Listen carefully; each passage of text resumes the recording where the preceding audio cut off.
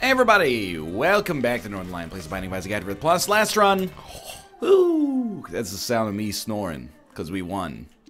So easily, just kidding. XX13, I don't know, this scares me a little bit. Sir H. I haven't even had a chance to look at our stats. I've been so busy, well, cracking like a single joke at the start of the episode, but then that was really bad. Immediately after that, trying to protect myself from my own exploding fly. I think rate of fire, speed is obviously good. Let's start at the top. Speed is amazing, but unfortunately, it's possibly only amazing because of the pony, but the pony is not something to be complaining about. See, people for years have looked down on this item. Oh, don't take the pony. There's so many passive abilities to fly. Yeah? Where? I ain't got them yet. I'm happy to have the pony right now.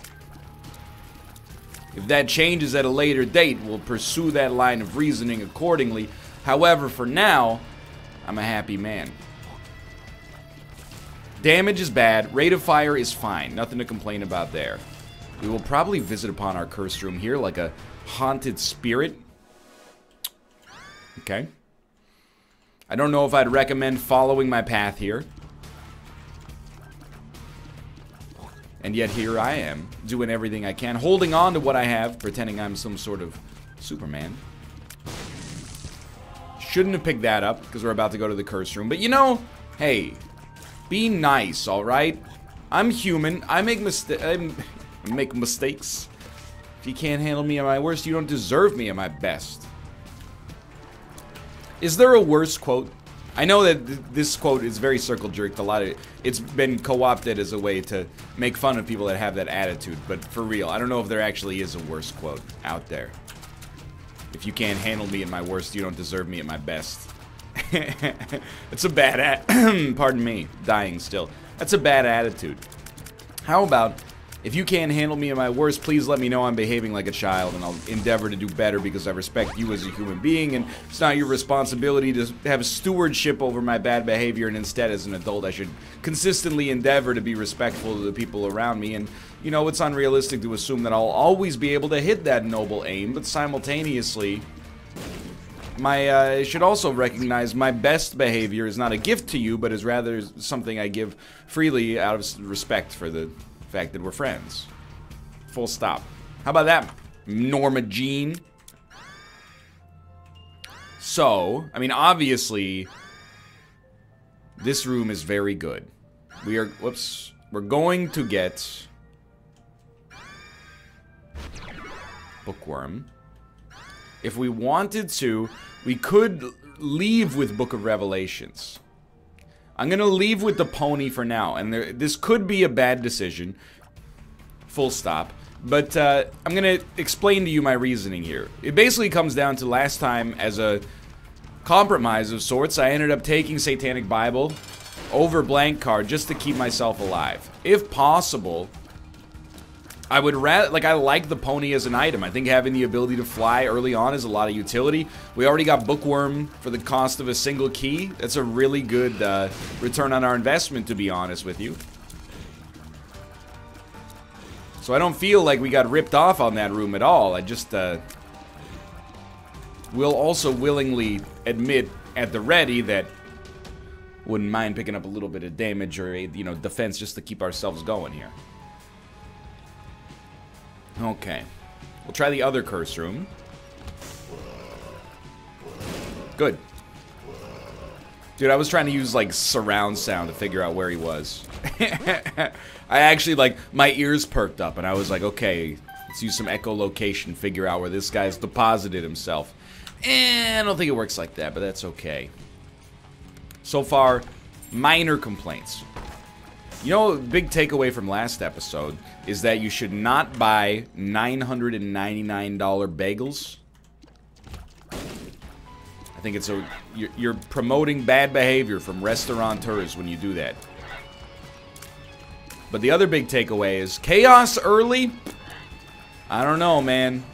Chaos ended up giving us Sacred Heart, so there's few complaints there, except for the fact that it was with about 6 rooms to play. So I was happy to see that we did get, you know, some damage upgrades before the Terminus, but simultaneously feeling the heat for the bulk of the run, just waiting for, you know, the world to change there. So this time, we didn't even go to our shop. We don't have the cash for it, really, but we're happy to get a deal with the devil before having even the opportunity to ruin these deals with the devil forever. Please destroy him with Bob's brain. Okay. Belly button. Followed by... this is a little tricky, but I am going to take Guppy's collar. Now, I'm realizing there's a systemic problem with my play, okay? And I know you're like, oh, please. This is what I've always wanted to see from Isaac, is Northernlion's ignorant analysis of the systemic issues in his own performance in The Binding of Isaac Afterbirth Plus. But for real, first off, I keep walking into those, which is bad, but there's an issue with my play. I overrate Guppy items, and it's a very sinister issue. It's like a no-sleep sort of thing. Because when you overrate something that tends to come back to you in a big positive whenever it works, it's really hard to diagnose, you know what I mean? Like, it's hard to say that I overrate Guppy, because Guppy is also... Hey, get out of here, dude. Because Guppy is also great. So to say that you overrate it is like, what are you talking about? But I think it's honest to goodness, like something that's resulted in some clandestine losses before. So I'm just, you know, I'm going through this period right now. We're at 8 wins. It's very early. It's a... This streak is merely a toddler. I'm trying to rework my unhealthy attachments to some items in Isaac and make them more healthy. I think it's a smart idea. Alright, so we spent too many keys there. That's fine. What we will do now that we have golden bombs is, blow up all the pots so maybe you can get the quarter. Are you crazy? That would take seconds. I don't have that kind of time. What we're going to do instead is use our bombs to get an item from the shop that we like, and that doesn't really help, but that's okay. Blank card, what do you say? You say, I'll take your card and make it infinite. That sounds like it would be not quite great. Okay. Losing my mind. Speed up. Can't even take it, but PhD is worth it, I think. And you know what? Just to be on the safe side, they got undervalued consumables as well. So I'll take advantage of that. This feels like a secret room. Okay, I know that it seemed like the less likely opportunity for where the secret room could be, but... Like, this looks on the map more likely, but in terms of, like... Oh, my lord. Lamp shading where a secret room could be, that one felt a lot better. So we're gonna go back, we're gonna open these golden chests, hoping to get, like, a Guppy's head. Or another Guppy item. Or any item. Really, any face-related item, more or less, tends to be good. And you know what? With PhD... I'm going to take the opportunity to invest in Little Baggy, which I think most of the time is horrendous, but now, maybe not so bad. Now, please don't walk into the fire on this room. Not sure if I'm happy with the telepills cost. No secret room, so it must be on the far left here. Alright. I think, well... There's positives and negatives, like a Modest Mouse song off of Building Nothing Out of Something. Health Up is good, probably great. Pretty Fly is great. That's another I Can See Forever, right? I think I'd rather take a Telepills and one I Can See Forever. So we're leaving with a little bit less HP, but Guppy Prospects, Humbling Bundle is actually amazing. PhD plus Little Baggy should be great. Cricket's Body is at least interesting. I think it's also good, but it's interesting as well. Balls of Steel. Oh, dude. Oh, my lord. So this is like PhD plus Little Baggy. Pretty much redeems the existence right now of Little Baggy in the game. I'm gonna be honest. About 10 minutes ago, if I were to record what are the worst, you know, 50 items in the Binding of Isaac, Little Baggy would make it on the list. And there's good justification, you know? Tarot cards have a known effect. The known effect is often better than even some of the good pills. So you have no uncertainty, and you have the ability to, you know, just get better things out of them to begin with. most of the time. Of course, there's no Tears upgrade card, but there's also no pill that guarantees you deal with the devil access in a delicate situation, you know what I mean? Like, look at this. That's incredible.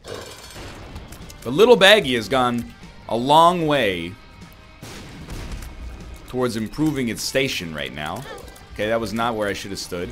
At the same time, we've gone from no HP to unlimited HP in like a single floor, so I'm feeling pretty groovy. No deal with the devil, but Magic Mush, which I have to recall, is not a double damage. It's merely 1.5 times damage, but then, I don't know, we might have had some kind of extra multiplier or something here.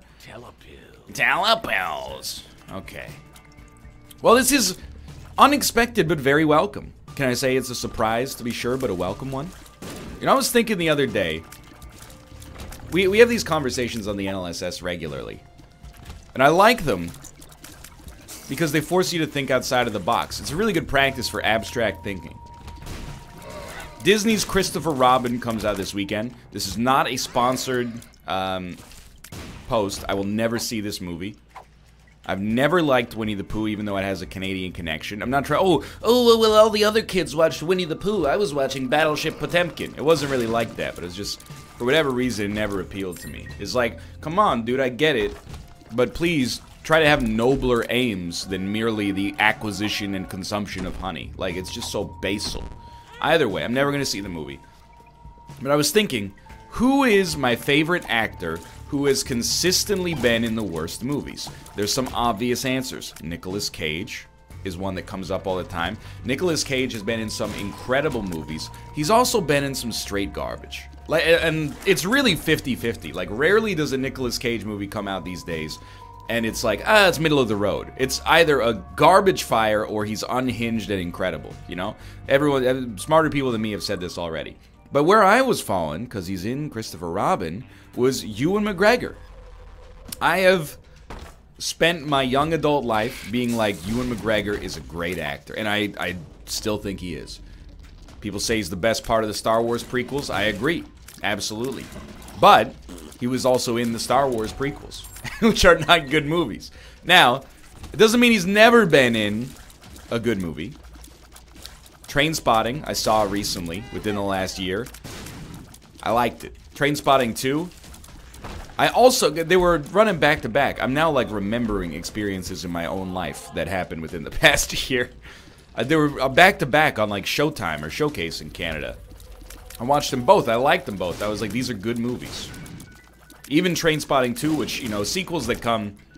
Well, they're like Nicolas Cage movies, right? Sequels that come 20 years after the original came out. They're either amazing or terrible.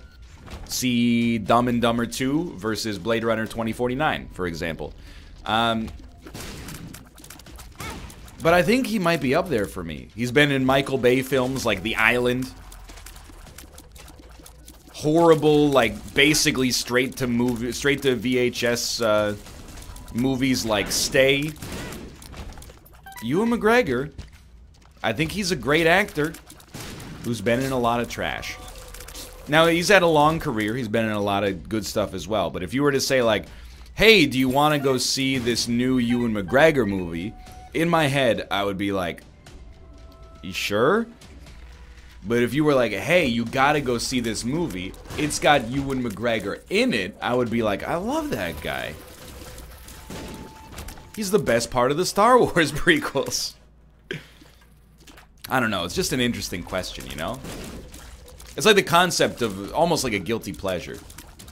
People say there's like, you know, oh, there should be no such thing. I hate this like no regrets culture, you know, like there's no such thing as a guilty pleasure, because if you enjoy something, you shouldn't apologize for it. That's, of course, obviously. We're just having a conversation, you weirdo. Why are you trying to make it so philosophical?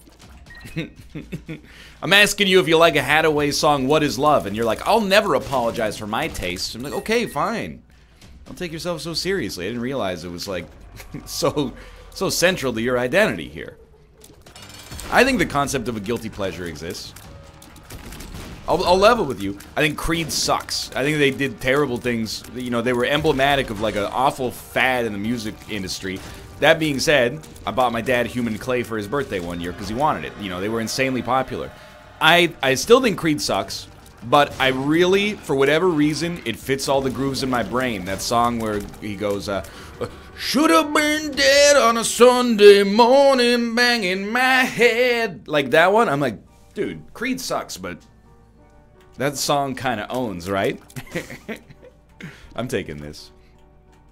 I cry after God, seeking only His decision. People stand and deliver, I've created. You know, like, it's a banger. One second, I feel like my mic's too loud, but I might just be shouting.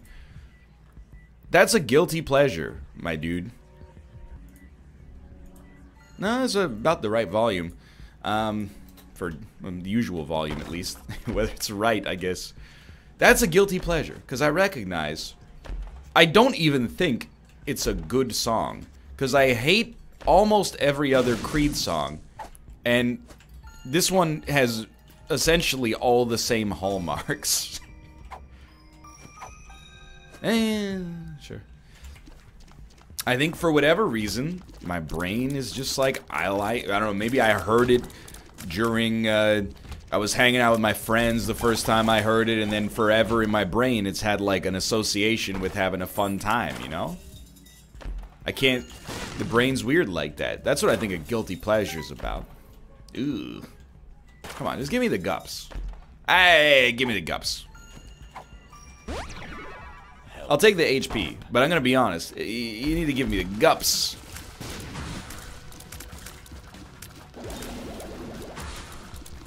There's probably other actors that fit the bill. I think one that would come up commonly is Dwayne "The Rock" Johnson. And I can't disagree, because he fits almost exactly the same bill. If you were to tell me, you know, do you want to go to the movie theater and pay $15 to see The Rock's new movie? The answer is going to be no. I have seen several movies The Rock has been in. There's a huge difference. A Dwayne "The Rock" Johnson movie, not interested. A movie that has Dwayne "The Rock" Johnson in it, kind of interested. Like Jumanji, he's the lead actor, but he's part of an ensemble cast. Skyscraper, just Dwayne "The Rock" Johnson, not interested. Fast and the Furious, maybe the highest paid actor in the film, I don't know. He's the highest paid actor in the world, I just don't know if Vin Diesel, you know, he has seniority in the franchise, but no hard feelings maybe? Either way. Ensemble, well-respected films, or at least extremely well-liked. Franchise has been revitalized. Rampage, heard it wasn't that bad, but simultaneously, you just can't make me excited to see a movie that the only draw is Dwayne "The Rock" Johnson. Similarly, you know, Baywatch. You're like, it's an ensemble film. That's not an ensemble film. It stars Zac Efron. That's not... Zac Efron, an ensemble does not make.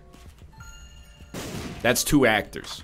And Alexandra Daddario from True Detective, but still, like, I'm just saying, you're not really dealing with a star-studded Kevin Hart, Jack Black style cast there. Colin Hanks, dude, I'm talking about Jumanji, okay? It's a decent movie. Not amazing, but decent.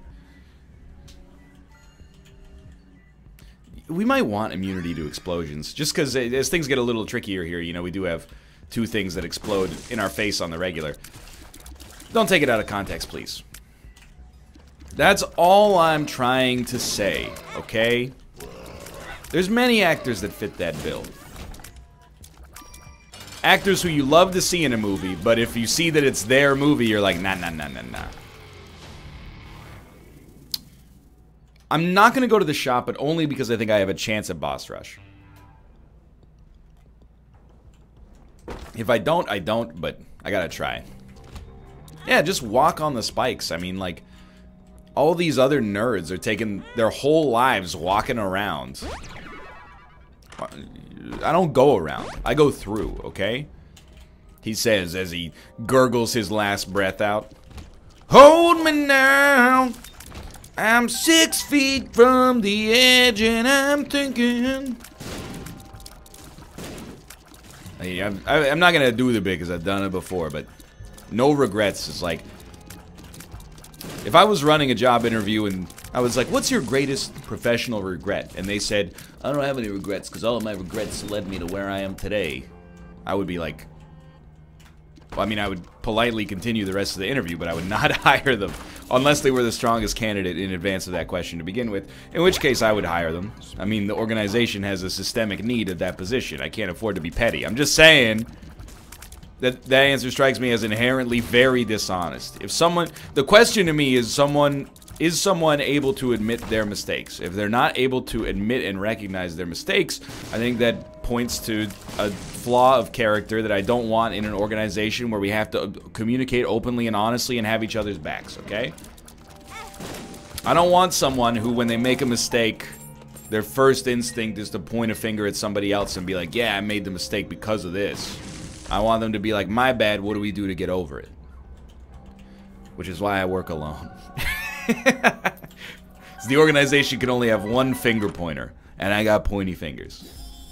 I think we're good to go here. We could donate, but again, like, I don't know. With this run, I don't really want to do boss rush, but if there's items in there that are high quality, I'd like to see them at least. That's what no regrets gets me. I was like, oh, you don't regret, you know, getting drunk on your boat and then, like, crashing it in the rocks? Nah, dude, because then that led me to where I am today. And I'm like, what do you mean, where you are today? Working the 6 to 12 shift at Circuit City? Like, I'm not saying... I don't even know if Circuit City exists, by the way, which is why I chose it. To deliberately seek to cause the least harm possible. I'm basically like a joke Buddhist. But, you know, there's nothing wrong with that, as long as you recognize that people can make mistakes, yourself included. I will take this just in case. You never know if we're going to get something better. I think we will go Guppy's head over Krampus's head. Please make me Guppy. We've opened enough red chests to have a pretty reasonable case to, like, want to be Guppy. I will take the health upgrade. I will take the speed upgrade. I will take Telepills and Lemon Party. And we're just trying... I hate that we took 3 seconds to do that, but trying to get into the boss fight, which is not going to happen. We're not going to make boss rush, so our Telepills are not going to do what we want them to do, but they might still, you know, save us some time on the next floor. I think what happens... I have a distinct... There's like a pet peeve. One pet peeve is when you ask someone a question and they try to figure out the right answer. It happens all the time. You know, we on the NLSS, we play like these would you rathers. You know, would you rather blah or blah? And then a lot of people take it as an opportunity to try to find loopholes. And I'm like, no, this is not the exercise of finding bad faith loopholes. That's called the American legal system. Boom, boom, boom, boom. But, you know, I mean, is it not... But, like, okay, I'm not trying to be political, but, like, still. Anyway, the point is, it's called the tax code. Anyway, the point is, it's not what it's about. It's about figuring out what you value in life, you know? If you had to replace your arms or your legs with the arms or legs of an infant, would you rather replace your arms with baby arms or your legs with baby legs? I gotta be honest, it's a tough question. I feel like I would rather replace my legs with baby legs. Because at least I could use my arms to, like, readily feed myself and, you know, I get it, it's a Deadpool situation. I'm just saying, you know? You get to the core of what someone's about when you ask a question like that. That's why I don't like when people are like, well, I would get baby arms, but then I'd get an arm transplant. It's not like that. It's not, oh, full marks, get a gold star. No, it's, I want to learn more about you. That's why when people, you know, they say I don't have any regrets. Because my regrets, you know, I don't regret anything that led me to where I am today. I'm like, no. You read that, like, on Pinterest 6 years ago and you thought you had a trump card for this question, but really you don't understand the spirit of it to begin with. It's more like, so, like, the first job interview I ever had in my life, it was a group interview, and so there were like 10 of us, and what happened during the interview was, they were like, okay, you and, like, the 6 people at your table are on a desert island together, and you can only take 5 of the items on this list. I think they made it deliberately, like, 1 less than the number of people, so you couldn't just be like, what if everybody takes their own item, and then we just reconvene? So we had to have conversations and be like, well, you know, some of the things were like radio, you know, a 1-month supply of food, a satellite telephone, stuff that is, like, really practical. And then some of this stuff was put there to be, like, I would say a little bit silly. You know, there's like shark repellent. Like, you're gonna spray yourself with shark repellent. I got good shark repellent for you. Just, you know, stay out of the water as much as possible. That tends to repel the sharks really easily. But I think what actually happened is that, like, half of the people doing the interview didn't understand. And by the way, you're gonna be like, you mean you? I got the freaking job, okay? Now, like, 30% of the people who interviewed got hired. I'll admit, it wasn't like they were like, oh, you stood out head and shoulders above the rest. But, you know, 70% of people didn't get hired. I think this is one of the big reasons. They didn't realize that the whole exercise was just to figure out, you know, how do you communicate with a team.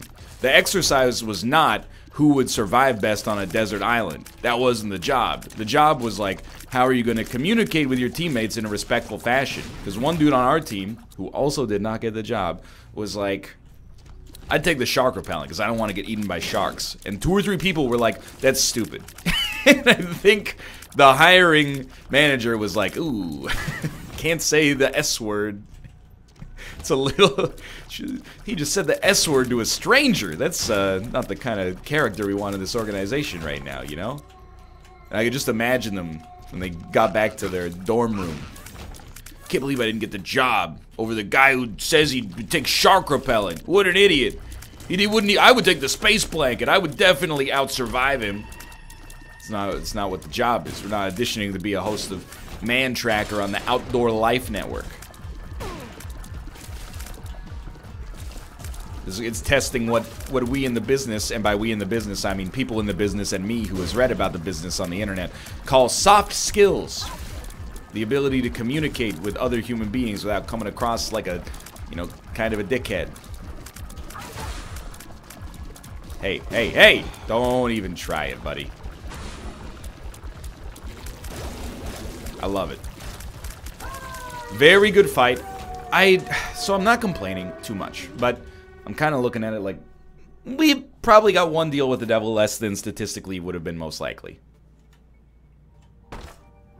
Life goes on, but I'm like really hitching my horse to this guppy chance, you know? The run's fine, but 8 rate of fire, 5 damage, even with Bookworm. It's not really enough to be super confident that it's going to be an easy and comfortable ride to the finish. Certainly also not a trash fire, and our pills have helped us out like just an unbelievable amount in that avenue, of course, but still it's like the opposite of the last run in the sense that it looks a lot more powerful than it actually is, I guess. Or maybe, I don't know. It's not particularly strong, I guess, is the only thing I'm trying to say.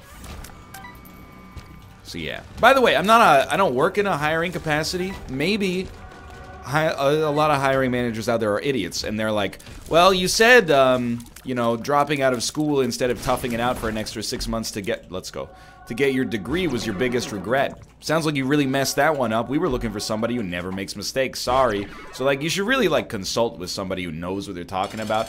I'm just saying, if I were the hiring manager, I would want to hear about your honest mistake and how it impacted your life. I would not want to hear someone say, like, I've never made any mistakes, because that would involve, you know, turning the lens of introspection on myself and figuring out, you know, how I could have done things in the past to make my life better now. Which means that I probably lack the skills to do that at the present time and, you know, make myself better moving forward. Anyway, you get the idea. Yeah, we totally should just keep the left hand here. That's a really smart idea, especially after we become Guppy. See? I'm still... I'm capable of acknowledging my own idiocy.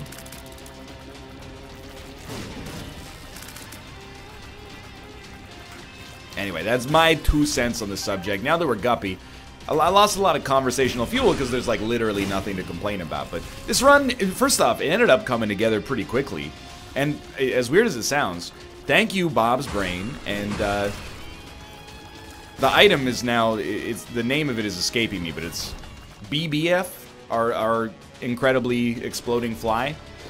Helped us out a lot, did a good job of mitigating our low damage and compensating for it, and I'm very thankful for that. Oh. We'll drop that. And we don't need the blue candle, or the The bloody penny. Blue candle, bloody penny. Pretty similar. It's a decent teleport. We got a few rooms away. Mostly it's just about finishing the run at this point, though. I don't know. See, here's the thing. I haven't done a job interview in a long time. I used to think that I was very good at job interviews, and I will admit, I have a good success rate. Not for... These are not prestigious, you know, C-level positions, but... I don't know. I've probably done, like, 7 job interviews in my whole life. Don't shoot the messenger. You know, I was looking for work in the mid-2000s. I understand it's harder now. But, you know, I used to think I was amazing at job interviews. And the first one, the shark repellent one, I nailed it. I know that I nailed it. No problem. Second job interview I had, I got the job, but I honestly don't remember. And it was mid-summer, so I have to feel like I was not interviewing against, you know, too many people. Because basically I had a crap summer job, and I was like, I don't want to do this for the next 2 months. So I started interviewing for better jobs. And I think most of the better candidates had already moved on to someplace else, so I was able to sidle in. And then, well, I did fail like a Canadian Tire job interview, but I still to this day think that I failed it because I'm a free thinker. Anyway, probably I was just impractical. What tool do you use to hammer a nail into a board? Oh, I don't know, screwdriver.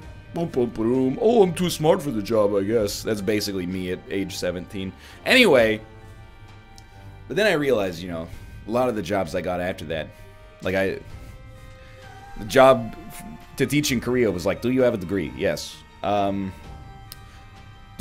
you born in one of these 7 countries? Yes. If a kid acts up in class, how would you handle it? I would tell them to stop, and if they didn't stop, I'd send them to the principal's office. Okay, you're hired because you're a warm body, basically.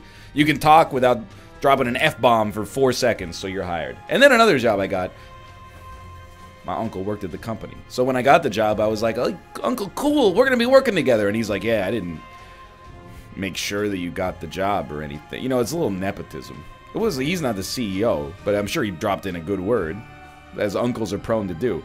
So anyway, basically, my privilege is showing. Thanks for watching. I hope you guys enjoyed the episode. If you did, click the like button. It helps out a great deal. Of course, subscribe if you want to see more in the future. For now, thanks for watching, and I will see you next time. Sure.